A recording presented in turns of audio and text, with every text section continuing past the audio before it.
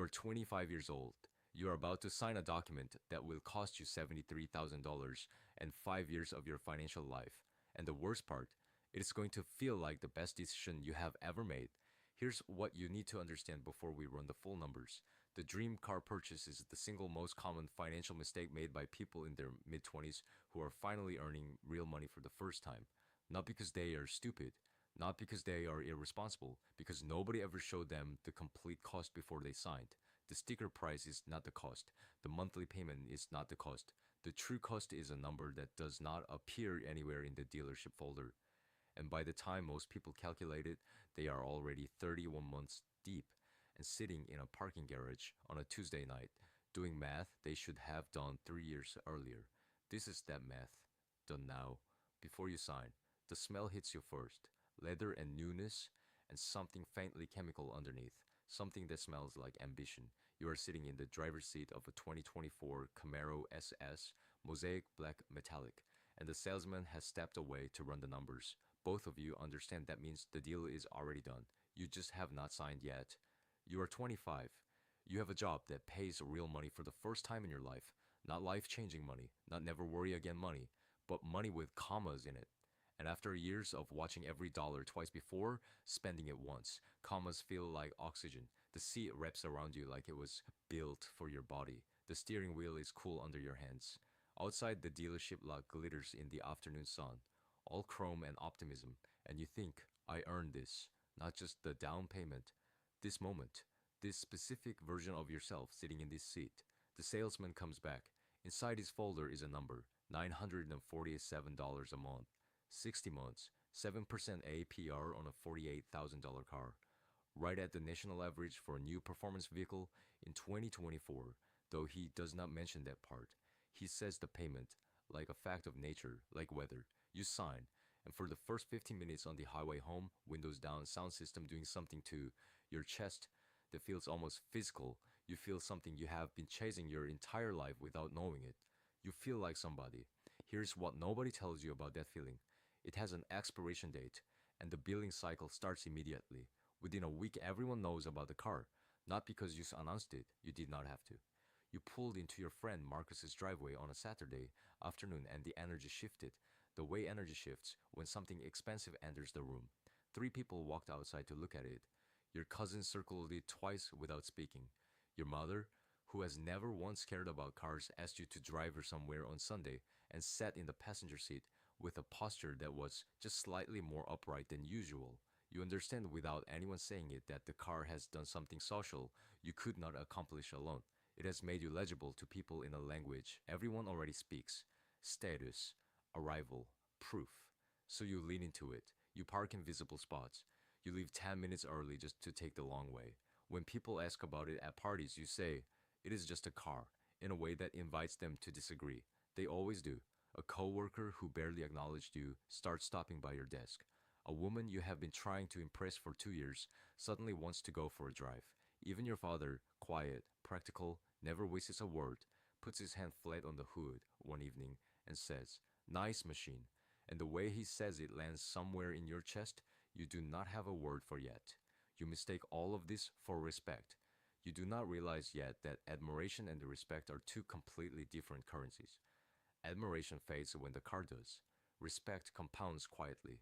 In spreadsheets, in decisions nobody sees you make at midnight. That understanding is still 5 years away. Right now it is a Saturday evening, the windows are down, and you feel like the version of yourself you always suspected existed somewhere underneath the ordinary version. Month 4, the payment comes out on the 12th. You set up autopay because watching $947 leave your account manually every single month with your own hands felt like a kind of self-inflicted wound. So now it just disappears, quietly, without drama, the way slow damage always works. But here's what you did not fully understand when you signed. $947 is not what the car costs. Not even close. There's the insurance. $310 a month. Because a performance vehicle with a 25-year-old male driver is, actuarially speaking, a risk the industry prices with cold precision. There's the fuel. $190 a month. Because a 6.2-liter V8 drinks premium fuel with the indifference of something that does not receive bills. There is maintenance, $80 a month on average, and that is before anything goes wrong. There's the first repair at month 3, a sensor, something minor, $340, and the quiet, dull realization that this car will always need something. It will never be finished, costing you. Add it up $947 in payments, $310 in insurance, $190 in fuel, $80 in average monthly maintenance. That is $1,527 a month, over $18,000 a year. The AAA puts the true annual cost of car ownership in America at over $12,000 for an average vehicle. Yours sits comfortably above that ceiling. The monthly payment was the headline. The rest was fine print nobody read to you out loud. You adjust. You stop eating out as much. You push back a trip. You tell yourself this is temporary. You will get a raise. You will find somewhere to cut. It will balance out. This is what financial tightening actually feels like. Not a dramatic implosion, a series of small contractions. The world gets a little narrower. The margin for error gets a little thinner. And you barely notice because each individual sacrifice, examined alone, seems perfectly reasonable. Fine. Here's what nobody tells you about fine. Fine is exactly how the water gets warm before it boils. Now let us stop the story for a moment and run the real numbers, the ones that do not appear in any dealership folder. This is the math that changes everything. Your car costs $48,000. In the first year alone, it loses approximately 20% of its value. That is $9,600 that evaporated while the car sat in parking lots looking good. Cars lose up to 60% of their value over 5 years according to Edmunds. The $48,000 you financed will be worth somewhere around $19,000 by the time the loan ends. The loan will not care, but depreciation is only the first layer of the real cost. Let us talk about opportunity cost, the number that truly guts you once you see it. You are spending $1,527 a month on this car. That is $18,324 a year. Over 5 years, that is $91,620 in total out of pocket spending on a vehicle that will be worth $19,000. But that is still not the real number. The real number is what the money would have become if you had invested it instead. $1,527 a month invested in an S&P 500 index fund at the historical average return of 10% annually. Over 5 years, that grows to approximately $117,000. $117,000. That is not a fantasy. That is a down payment on a house. That is the beginning of genuine financial independence. That is the version of you who has options instead of obligations. Now take just the true annual cost, $18,000 a year, and run it against the same 10% historical return over 5 years. You are looking at roughly $110,000 by the time you turn 30. The car you bought to feel like somebody at 25 cost you the financial security to actually become somebody by 30. That is the trade you made. That is the trade most people never calculate until it is already done. You are 27. The car is still beautiful. The payment still comes out on the 12th. Your relationship with the 12th of the month has become something you do not discuss in public, but something else has happened, something you were not tracking. It arrives not as a crisis, but as a quiet Tuesday afternoon reckoning. Your coworker Devon just put a down payment on a house. Devon, who drives a 6-year-old Civic with a crack in the dashboard.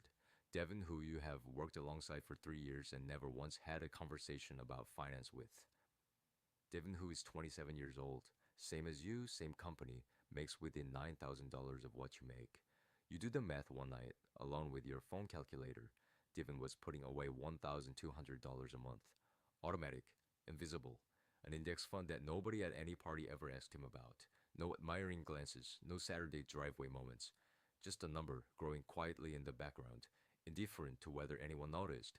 Meanwhile, you have paid $34,092 towards a car that is now worth approximately $26,000 on the open market. You still owe $24,000 on the loan. You close the calculator. You do not sell the car, not yet, because naming what keeping it is costing you means naming what you have been doing for 2 years, and you are not ready for the particular conversation with yourself. But the creek is open now, and light is getting in whether you invited it or not. Here's the deeper problem that Devon's house just made visible, and this is the part most financial videos never explain. What you experienced when you bought that car was not irresponsibility. It was a completely rational response to a psychological trap that the entire consumer economy is built around. Here's how it works. Human beings are wired to seek status signals. This is not vanity, it is evolutionary. For most of human history, visible resources meant survival, safety, and access to opportunity. The brain that learned to signal status was the brain that survived. The car industry, the fashion industry, the luxury goods industry, all of them are built on top of this ancient wiring. They take a genuine human need, the need to feel seen, respected, and legitimate, and they sell you a product that delivers a temporary simulation of that feeling. The key word is temporary. The feeling of pulling out of the dealership lot, windows down, is real. The feeling 2 years later when the payment comes out on the 12th and you are eating at home instead of going out and you push back the trip, that is also real. The industry sells you the first feeling. Nobody sells you the second one. This is not an accident. And understanding the mechanism does not make you immune to it, but it gives you something more valuable than immunity. It gives you a question you can ask before you sign, not, can I afford the payment? But what is this purchase actually trying to do for me? And is this the most effective way to do it? Because the thing you were actually looking for in that car, legitimacy, the right to take up space, proof that the work was worth something, none of that lives in a depreciating asset on a 60-month loan. None of it ever did. Month 31. You sit in the car in the parking garage at 11:52 on a Tuesday night and you do not go upstairs. Engine off. Garage quiet. Just you in the dark with the thing you bought to feel like someone. You got passed over for a promotion today. Not fired, not publicly humiliated, just quietly, efficiently redirected. The feedback was reasonable. You understood it. None of that made it feel better, but that is not why you are sitting here. You are sitting here because you did the real math tonight. The kind where you open every account you have simultaneously and look at them all at once without flinching. A thing you have been avoiding for 7 months. In 31 months, you have paid $29,357 toward this car. The car is currently worth approximately $27,400 on the open market. You still owe $27,000 on the loan. Your net financial position on this vehicle, the thing you bought to feel like somebody, is approximately the negative $29,000. You are behind by nearly $30,000 on an asset that loses value every single day it exists. And then there is the number that truly guts you. The average age of a first-time homebuyer in America is now 38. It used to be 33. Something happened in that 5-year gap. A lot of somethings. Car payments happened. The performance of arriving happened. The quiet, monthly automatic transfer of wealth building money into looking like you have wealth expenses happened. You are 27 and the math says you are already behind on a timeline you did not know existed. You go upstairs. You do not sleep well. Let us talk about what this has done to your broader financial picture, because the car payment is not the only number that matters. You are 27. You have been working for 4 years. In those 4 years, if you had invested $1,000 a month, less than your true monthly car cost, into a Roth IRA and a basic index fund, you would have approximately $58,000 in invested assets right now, with compound growth already working in your favor. Instead, your net invested assets are close to zero. You have no emergency fund because the car ate the margin you needed to build one. You are one transmission failure, one medical bill, one unexpected layoff away from becoming a delinquency statistic. Auto loan delinquency rates hit their highest point since 2010 in 2024, which means you are not alone in this math, but you are also not insulated from where it leads. The car did not just cost you $1,527 a month. It cost you the emergency fund you did not build. It cost you the investment account you did not open. It cost you the compounding growth that should have been running silently in the background for 4 years. Compound interest is the most powerful force in personal finance, but it only works if you start. Every month you delay is not just a month of missed returns. It is a month of missed returns on the returns. The cost is not linear. It is exponential, and it has been running against you since the day you signed. You sell it on a Wednesday, not with ceremony. You post the listing Thursday evening, field 3 inquiries over the weekend, and by Wednesday afternoon, a man named Robert, methodical, pleasant, carrying a cashier's check in a plain white envelope, drives it around the corner and out of your life while you stand in the parking lot that watching the taillights disappear. You feel a grief that surprises you, not for the car exactly, for the self you were when you bought it. The 25-year-old sitting in that driver's seat with the windows down, feeling for the first time like the story was going somewhere. You settle the loan. You do the final accounting. After 31 months of payments, insurance, fuel, and repairs, You walk away with $4,200. That is the total material yield of almost 3 years of $947 payments and $1,527 monthly real costs and every parking lot in the dark moment. You put the $4,200 in an index fund. You do not tell anyone. 2 weeks later, you are driving a used Honda Accord that costs $280 a month and has 54,000 miles and a small scratch above the rear wheel well. And you feel something completely unexpected. Lighter, not happy, not vindicated, not like you fixed anything or proved anyone wrong, just lighter. As though a weight you had carried so long that you had forgotten it was, weight has been quietly, finally set down. Nobody circles the Accord. Nobody comes outside to stand next to it. Your cousin does not text asking to take it for a spin, and you sit with that silence. You wait for it to hurt the way you thought it would. It does not, which tells you something important about what the last 3 years was actually about. Here's what you do now, because the story does not end in the parking lot. You are 28, the car is gone. The $280 monthly payment on the Accord versus the $1,527 true monthly cost of the Camaro frees up $1,247 every single month. That is your rebuild number. Here is exactly where it goes. $500 a month into a Roth IRA. You're not 30 yet. Compound interest still has decades to work. $500 a month into a taxable index fund. $247 a month into a high-yield savings account until you have 3 months of expenses as an emergency fund, the wall that protects everything else. You automate all 3 transfers for the morning after payday. You do not see the money before it moves. In 12 months, you have your emergency fund fully funded. The $247 redirects entirely to the brokerage. Now, $1,000 a month is going into the market. At 10% historical average return, investing $1,000 a month from age 28 forward. By 38, you have approximately $206,000. By 45, you have approximately $480,000. By 55, you have approximately $1,100,000. The $4,200 you put in on the day you sold the car, left untouched and compounding at 7% real return, becomes $33,000 by the time you are 55. One decision, one Wednesday afternoon, one man named Robert driving away with the taillights. And the entire trajectory changes. This is the math that the dealership folder never showed you. This is what the car actually cost and what getting rid of it actually bought. You're 30. Devon's house has a yard. He had people over last month. His grill, his patio furniture, the smell of something good on charcoal. You stood there holding a beer and felt something complicated that had no single clean name. Pride for him. Something sharper for yourself. And underneath both of those, with the clarity that only comes from having lived the math, a complete unobstructed understanding of what the car actually cost you. Not $48,000, not even the $110,000 in foregone returns, though that number is real and worth sitting with. Though what the car cost you was time, 5 years of financial adolescence, years that in the compound interest economy are the most expensive years you have. Because the years between 25 and 30 do not just cost you money when you spend them wrong. They cost you the money that money was supposed to make. They cost you the future version of yourself. Who would have had a different set of options? And options, it turns out, are the whole game. Here's what nobody tells you about ego-driven financial decisions.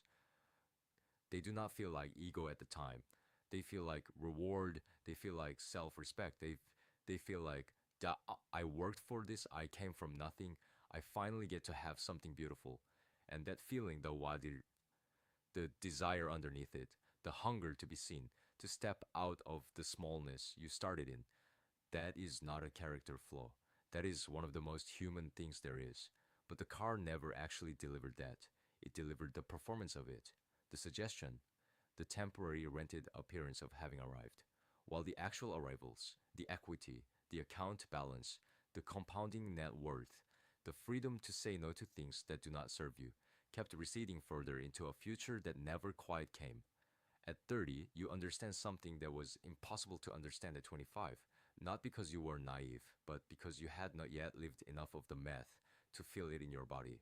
There is a fundamental difference between buying something that reflects who you are and buying something to announce who you want to be perceived as. One is an expression, the other is a performance. One costs money, the other costs years. The Camaro was a complete, beautiful, expensive sentence about who you wanted people to think you were. But what you needed at 25 was not a sentence. It was a paragraph, a chapter, the patient, invisible, unglamorous construction of something that grows in silence and does not require an audience to be real. You think about your 25-year-old self sitting in that driver's seat, windows down, the afternoon sun on the chrome, the salesman coming back with his folder. You do not want to shame him. You understand exactly what he was chasing, exactly what he needed, exactly how reasonable every step felt from the inside. You just wish someone had climbed into the passenger seat before he signed and said, "The thing you are looking for is real. You are just looking for it in the wrong place." What you were looking for was legitimacy, dignity, the right to take up space. None of that lives in a car, none of it ever did. It lives in the account you build when nobody is watching, in the decision you make at midnight with a calculator and no audience, in the version of yourself who chooses the future over the performance, quietly, consistently, without needing anyone to applaud. The car told everyone where you wanted to go. The account you neglected told the truth about whether you would ever get there. At 30, you are getting there, slower in a Honda, with a brokerage account that is not impressive yet, but is pointed in exactly the right direction, compounding in the background while you build the thing that was always the real destination. You did not need a better car, you needed a better question. And 5 years later, sitting in Devon's yard with a beer in your hand and the smell of something good on the grill, you finally know what it is.